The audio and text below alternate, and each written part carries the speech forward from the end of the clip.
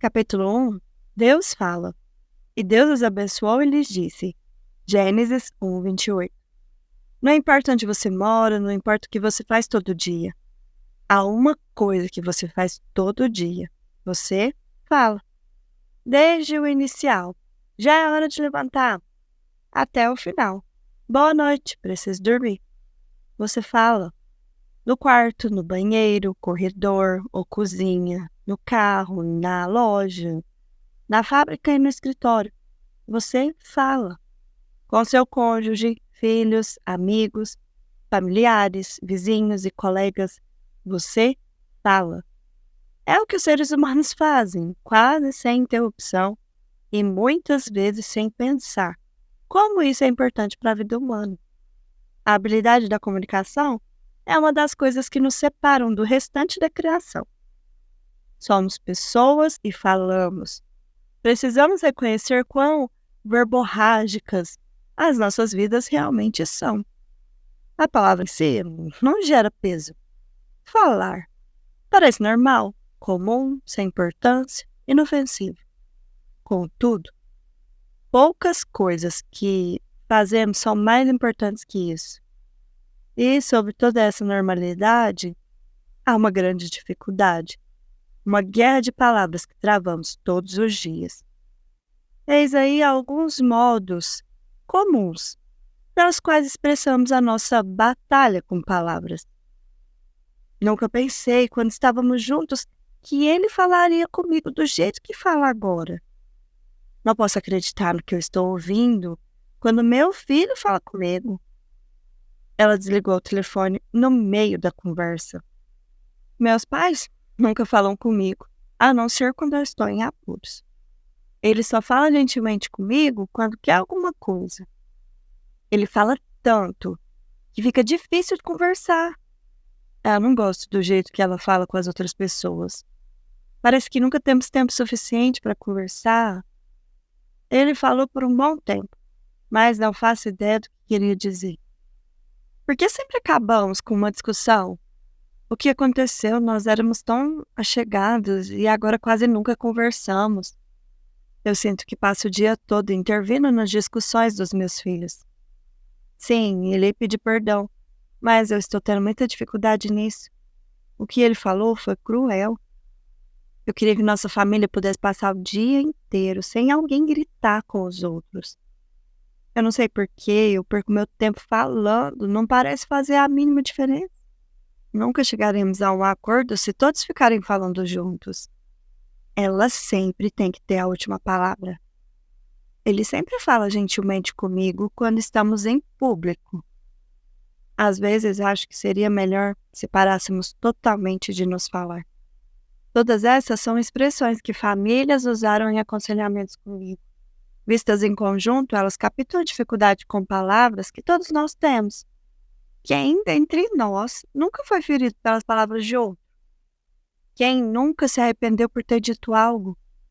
Quem nunca teve que mediar uma discussão? Quem nunca quis falar seriamente com seu amado, mas não teve oportunidade?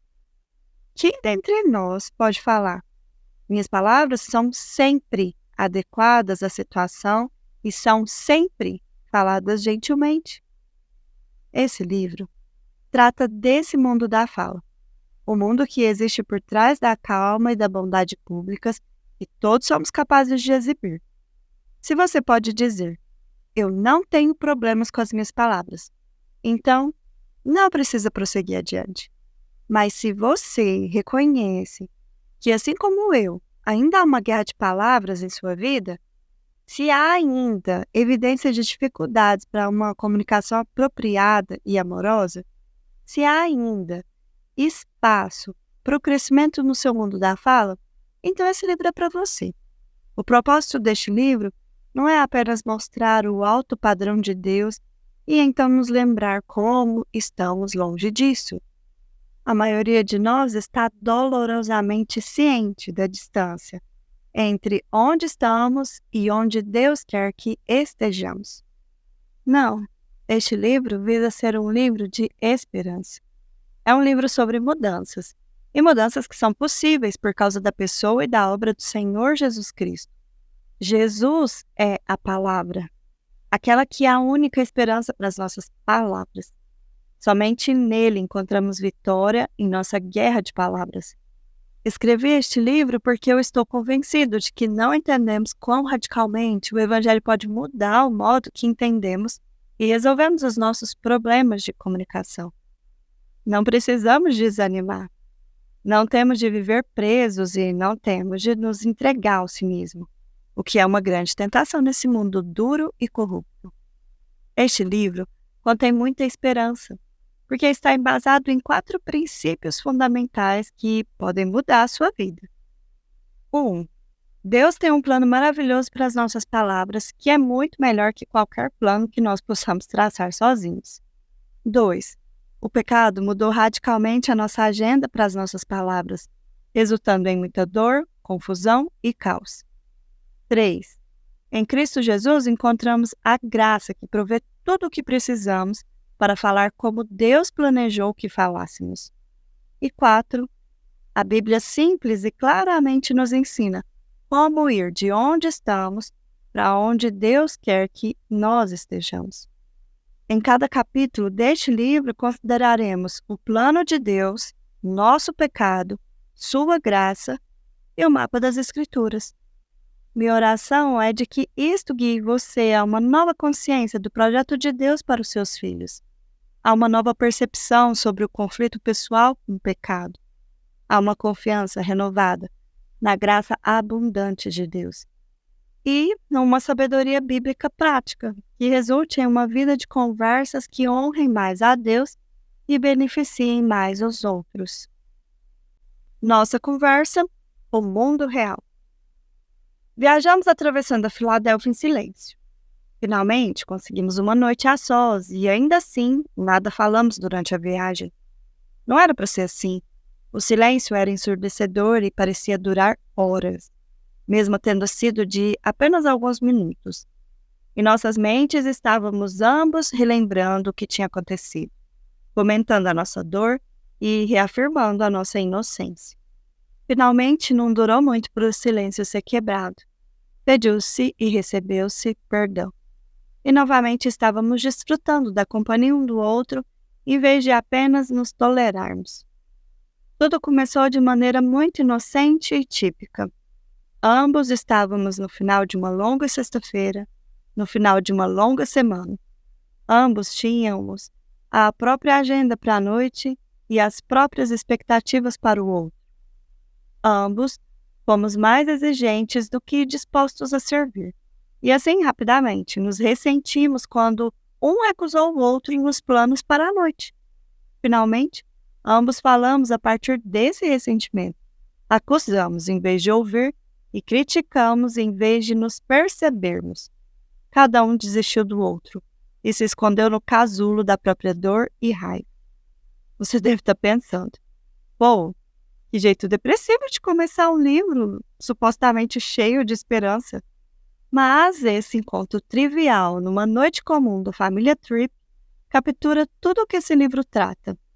Ele trata do plano maravilhoso de Deus para as nossas palavras, o qual nos protege da dor e da pressão de tais momentos. É sobre o nosso pecado, o qual redireciona e distorce nossas palavras para que sejam mais sobre os nossos desejos do que sobre o amor ao outro. Este livro versa sobre a maravilhosa graça do Senhor, a qual nos chama de volta ao propósito de Deus, graça que resgata, restaura, perdoa e salva. Sobre passos bíblicos simples para o arrependimento e a mudança. Sobre um glorioso Senhor, que está disposto e é capaz de transformar os nossos complicados mundos de fala em lugares onde o amor e a motivação e a paz é o resultado. Deus está trabalhando e está transformando pessoas que instintivamente falam por si mesmas em pessoas que efetivamente falem por Ele. Naquela noite, a minha esposa Luélia e eu nos desviamos do plano dele por um momento, mas temos aprendido que a sua graça é suficiente e que o seu poder se aperfeiçoa em nossa fraqueza. 2 Coríntios 12:9. Já aprendemos que há uma saída. E no meio de um fracasso pessoal absoluto, nós podemos, pela sua força, vencer a guerra de palavras. É sobre isso que esse livro trata. Palavras têm valor. Palavras são poderosas, importantes e significantes. Era para ser assim. Quando falamos, deve ser com a percepção de que Deus deu significância às nossas palavras. Ele determinou que elas sejam importantes. Palavras foram importantes na criação e na queda. Foram significativas na redenção. Deus deu valor às palavras. Ele tem um projeto para a nossa comunicação, um plano e propósitos específicos para a fala do corpo de Cristo. E eu espero propor uma sólida fundação bíblica para a compreensão da comunicação, começando por onde, primeiramente, ouvimos palavras sendo ditas, e em seguida indo para a queda, para vermos o papel que as palavras desempenharam nesse evento, que mudou o mundo. E, finalmente, considerando palavras da perspectiva privilegiada da redenção. Toda a conversa no mundo está relacionada a esses eventos, e a sua compreensão nos orientará quanto à importância de nossas palavras, a razão por que temos tanta dificuldade com elas, e o projeto que Deus tem para a fala do seu povo. A maioria dos livros de comunicação foca em técnicas e habilidades, sem reconhecer que o nosso conflito com palavras é muito mais profundo. A guerra de palavras tem as suas raízes no Jardim do Éden. Na medida em que você compreender como esses momentos modelaram o nosso mundo da fala, começará a entender a própria luta com as palavras e a saída que Deus proviu. Este livro analisará honestamente o problema, para poder lhe oferecer mudanças que não são apenas temporais e cosméticas. Se você entender as raízes do seu conflito, poderá experimentar mudanças permanentes. Deus fala. Não se consegue entender a importância das palavras até se perceber que as primeiras que o ser humano ouviu não foram de outro ser humano, mas de Deus. O mérito de cada parte da comunicação humana é embasado no fato de que Deus fala. A voz de Deus penetrou as visões e sons do mundo recém-criado, falando palavras da língua humana para Adão e Eva. Quando Deus escolheu se revelar daquele modo, ele elevou a fala a um lugar de altíssima importância, como seu veículo primário da verdade. Por intermédio de palavras, aprenderemos as verdades mais importantes a serem conhecidas. Verdades que revelam a existência e a glória de Deus, que geram vida. Ao tentar entender o mundo da fala humana, é imprescindível que o vejamos da perspectiva de Gênesis 1, o único momento na história humana em que não existia a guerra de palavras.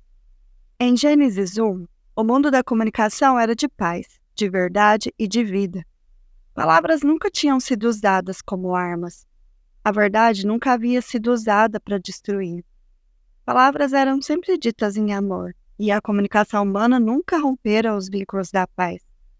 É um mundo que pode nos ensinar muito sobre a comunicação. Primeiramente, Deus revela a si mesmo, o seu plano e o seu propósito em palavras. Imediatamente após criar Adão e Eva, Deus falou a eles. Foi sua escolha se revelar, definir a sua vontade e dar identidade a Adão e Eva por meio da linguagem humana. Todos os seus outros meios de autorrevelação foram explicados e definidos por intermédio desse único instrumento central. Deus, o Criador, soberano e Senhor, falou a Adão e Eva em palavras que eles podiam entender. Deixe alcançá-lo a maravilha dessa percepção. O infinito e todo-poderoso se faz conhecido e entendido por meio da linguagem humana. Desde o momento da criação, Deus não está distante e afastado. Não está se escondendo em silêncio. Ele se aproxima e usa palavras para se revelar e para explicar tudo mais. Deus não é somente um Deus que faz. Ele é um Deus que fala. e de maneira poderosa, elaborada, consistente, abrangente e clara ao seu povo. Cada fase da sua obra é marcada por suas palavras. Ele não deixa o seu povo sem um testemunho. A comunicação de Deus é projetada amorosamente para tratar da necessidade do momento em palavras simples, que possam ser compreendidas. Antes de começar a sua obra, Deus revela o que está prestes a fazer. Conforme vai trabalhando, Ele fala do que está fazendo e, quando termina, explica o que fez. Ele é um Deus que pode ser conhecido porque fala. As Escrituras o apresentam como o padrão absoluto para toda comunicação. Por intermédio de suas palavras, Deus define seu caráter, sua vontade, seu plano e propósito e sua verdade. Palavras como rocha, sol, refúgio, escudo, pastor, pai, juiz, cordeiro, porta, mestre, água e pão explicam quem ele é e o que está fazendo. Estamos tão familiarizados com essas palavras que tendemos a esquecer sua significância. Mas essas são as palavras pelas quais nós viemos a conhecer o Rei dos Reis e Senhor dos Senhores. Você não consegue compreender a comunicação humana sem começar por aqui, com a glória de Deus e a sua maravilhosa graça em se revelar a nós em termos que podemos entender, os quais, contudo, alteram radicalmente a nossa perspectiva sobre tudo o que existe. Não existe um exemplo melhor do que as palavras de Isaías 40. Tu, ó Sião, que anuncias boas novas, sobe ao monte alto. Tu que anuncias boas novas a Jerusalém, ergue a tua voz fortemente. Levanta, não temas, e dize à cidade de Judá: eis aí está o vosso Deus. Eis que o Senhor virá com poder, e o seu braço dominará. Eis que o seu galardão está com ele, e diante dele a sua recompensa. Como pastor, apacentará o seu rebanho. Entre os seus braços recolherá os cordeirinhos, e os levará no seio. As que amamentam ele guiará mansamente. Quem na concha da sua mão mediu as águas, e tomou a medida dos céus a palmos? Quem recolheu na terça parte de um éfa o pó da terra, e pesou os montes em romana e os outeiros em balança de precisão? Quem guiou o Espírito do Senhor? Ou, como seu conselheiro o ensinou? Com quem tomou ele conselho para que lhe desse compreensão? Quem o instruiu na verdade do juízo? E lhe ensinou sabedoria e lhe mostrou o caminho de entendimento? Eis que as nações são consideradas por ele como um pingo que cai de um balde, e como um grão do pó na balança. As ilhas são como um pó fino que se levanta. Nem todo o Líbano basta para queimar, e nem os seus animais para o holocausto. Todas as nações são perante ele como uma coisa que não é nada. Ele as considera menos do que nada, como um vácuo. Com quem comparareis a Deus? Ou que coisa semelhante confrontareis com ele? O artífice funde a imagem, e o ourives a cobre de ouro, e cadeias de prata forja para ela. O sacerdote idólatra escolhe madeira que não se corrompe e busca um artífice perito para assentar uma imagem esculpida que não oscile. Acaso não sabeis? Porventura não ouvis? Não vos tem sido anunciado desde o princípio? Ou não atentastes para os fundamentos da terra? Ele é o que está assentado sobre a redondeza da terra, cujos moradores são como gafanhotos. É ele quem estende os céus como uma cortina e os desenrola como uma tenda para neles habitar. É ele quem reduz a nada os príncipes e torna em nulidade os juízes da terra. Mal foram plantados e semeados, mal se arraigou na terra o seu tronco, já se secam, quando um sopro passa por eles, e uma tempestade os leva como palha. A quem, pois, me comparareis para que eu lhe seja igual? Diz o santo. Levantai ao alto os olhos e vede. Quem criou estas coisas? Aquele que faz sair o seu exército de estrelas, todas bem contadas, as quais ele chama pelo nome. Por ser ele grande em força e forte em poder, nenhuma só vem a faltar. Por que, pois, dizes, ó Jacó, e por que falas, ó Israel? O meu caminho está encoberto ao Senhor e o meu direito passa desapercebido ao meu Deus? Não sabes? Não o ouviste?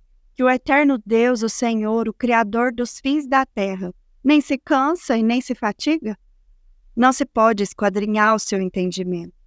Faz forte ao cansado e multiplica as forças do que não tem nenhum vigor. Os jovens se cansam e se fatigam, e os moços de exaustos caem. Mas os que esperam no Senhor renovam as suas forças, sobem com asas como águias, correm e não se cansam, caminham e não se fatigam. Versos de 9 a 31. Aqui temos a linguagem humana em sua melhor forma, funcionando como uma janela pela qual Deus é visto. As palavras de Deus não apenas o definem, mas também definem a sua criação. Elas dão identidade, sentido e propósito a tudo que Deus criou. Nós só conhecemos a nós mesmos quando escutamos as palavras que Ele falou sobre nós. Deus nos diz quem somos, define o que devemos fazer e a forma de fazê-lo. Não conseguiríamos descobrir nenhuma dessas coisas sozinhos. A única esperança de Adão e Eva era de que Deus falasse com eles, dando-lhes identidade e propósito, e dando sentido ao mundo em que eles foram colocados. As palavras de Deus estabelecem limites e dão liberdade. Suas palavras geram vida e trazem morte. Deus criou a fala e as suas primeiras palavras a Adão e Eva demonstram sua significância.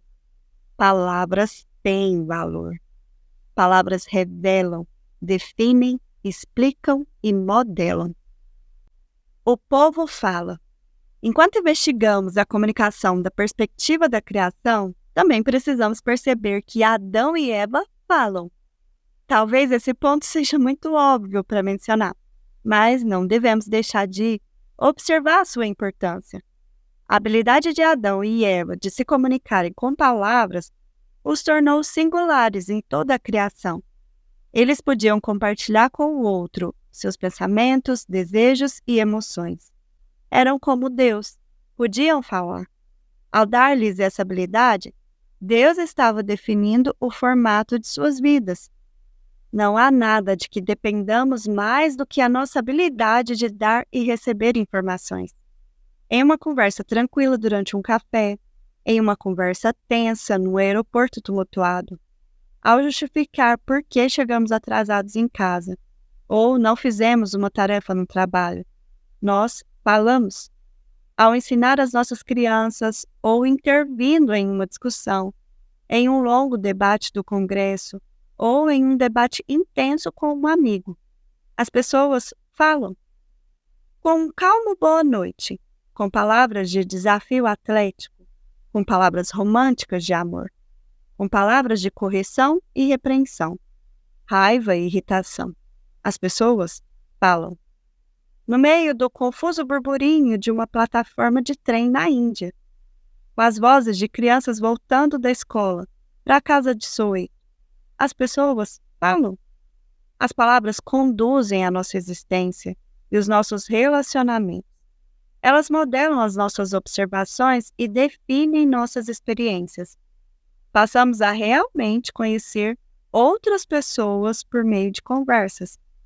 Queremos ficar sozinhos quando já ouvimos muitas palavras e nos sentimos sozinhos quando ficamos sem conversar por algum tempo. Por ter nos criado com a habilidade da fala, Deus não apenas nos separou do restante da criação, mas determinou a natureza de nossas vidas e relacionamentos. Quer aprender? Escute e fale. Quer ter um relacionamento? Escute e fale. Quer um emprego? Escute e fale. Quer adorar? Escute e fale. Quer criar seus filhos? Escute e fale. Quer contribuir para o corpo de Cristo? Escute e fale. As pessoas se comunicam. É a natureza da nossa existência. As palavras afetam todas as outras coisas que fazemos como seres humanos. Deus criou nossa fala e lhe deu seu valor. Em Gênesis 1, havia simplicidade e beleza no mundo da comunicação humana. Não havia conflito na comunicação. Não havia guerra de palavras. Tudo o que era falado refletia a glória de Deus. Não havia discussões e mentiras e nem palavras odiosas. Não havia impaciência ou respostas de irritação. Não havia gritos, xingamentos ou condenação. Não havia palavras faladas com orgulho e nem palavras manipulativas e enganosas, nem palavras egoístas. Só havia palavras verdadeiras, faladas de maneira bondosa e amorosa. Portanto, não havia necessidade de livros como este sobre comunicação. Toda palavra alcançava o padrão do exemplo e do projeto de Deus.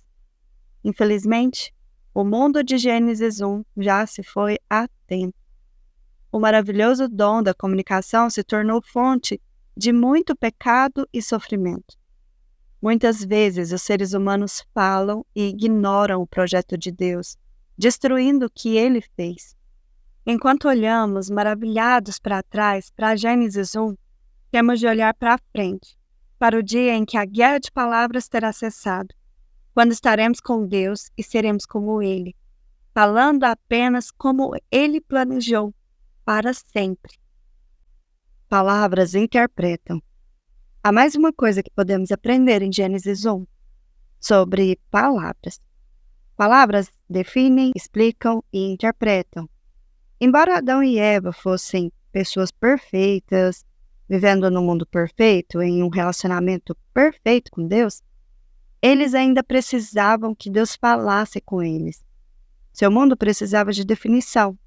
Eles precisavam entender a si mesmos e entender a vida.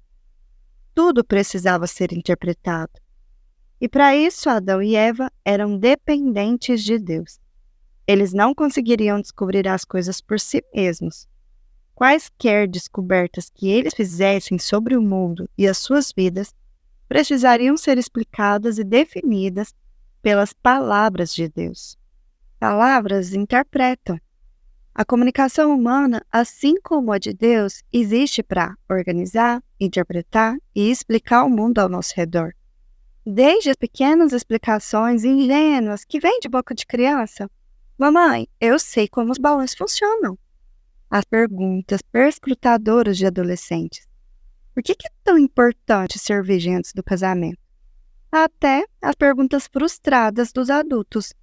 Porque parece que eu trabalho constantemente, mas nunca tenho dinheiro suficiente. As pessoas usam palavras para comunicar o sentido que atribuíram às coisas. Criancinhas exaurem os seus pais com milhares de porquês por semana, porque querem entender o mundo. Adolescentes passam horas sem fim ao telefone, falando sobre os eventos do dia com seus amigos. O idoso senta no parque com o seu amigo, relembrando a vida, inquirindo em voz alta sobre o seu significado. Falamos porque queremos saber. Para saber, precisamos falar. Palavras têm valor, porque a interpretação tem valor. O modo que interpretamos a vida determina como vamos responder a ela. Gênesis 1 e nossa conversa. O que devemos aprender de nossa consideração sobre comunicação em Gênesis 1? Primeiramente, as nossas palavras pertencem ao Senhor. Ele é o grande orador. A admiração, a significância e a glória da comunicação humana têm base na sua glória e na sua decisão de falar conosco e de nos permitir falar com Ele e com outros. Deus destrancou as portas da verdade para nós, usando palavras como sua chave. A única razão de entendermos qualquer coisa é que Ele falou. As palavras pertencem a Deus, mas Ele as emprestou a nós para que possamos conhecê-lo e ser usados por Ele. Isso significa que as palavras não nos pertencem. Toda palavra que falamos tem de estar dentro do padrão de Deus e de acordo com seu projeto. Elas devem ecoar o grande orador e refletir sua glória. Quando perdemos isso de vista, as nossas palavras perdem o seu único abrigo de dificuldade. A fala foi criada por Deus para o seu propósito. As nossas palavras pertencem a Ele. Tornando pessoal, autoavaliação de comunicação. A seguir estão alguns dos frutos de conversas no padrão divino. Ver Gálatas 5, de 22 a 23. Avalie-se agora no início deste livro. 1. Só conversa com outros conduz a resoluções de problemas de modo bíblico? 2. Sua conversa tem uma postura de estamos nessa juntos ou eu contra eles. 3. Suas palavras encorajam outros a serem abertos e honestos sobre os seus pensamentos e sentimentos? 4. Você é acessível e receptivo ao ensino ou é defensivo e se protege quando conversa com outros? 5. Sua comunicação é saudável nos principais relacionamentos da sua vida? Pais e filhos, marido e esposa, família estendida, entre irmãos, patrão e empregado, entre amigos, no corpo de Cristo, entre vizinhos. 6. Sua conversa encoraja fé e crescimento espiritual, pessoal, nas pessoas à sua volta? 7. Você conversa com outros para desenvolver relacionamentos com eles ou você só conversa para resolver problemas em momentos de conflito? 8. Você usa palavras humildes e honestas para confessar quando peca e palavras de sincero perdão quando os outros pecam contra você? 9. Suas palavras refletem uma disposição de servir os outros ou uma demanda que eles sirvam você? 10. Ao enfrentar os conflitos da fala, você o faz com o reconhecimento do Evangelho? O perdão de Deus, sua graça, que dá capacitação e a obra santificadora do Espírito Santo? Eu encorajo você a começar a leitura deste livro com um honesto autoexame. Confesse seus pecados a Deus e a outros e comprometa-se a buscar mudanças na medida em que você continua a ler.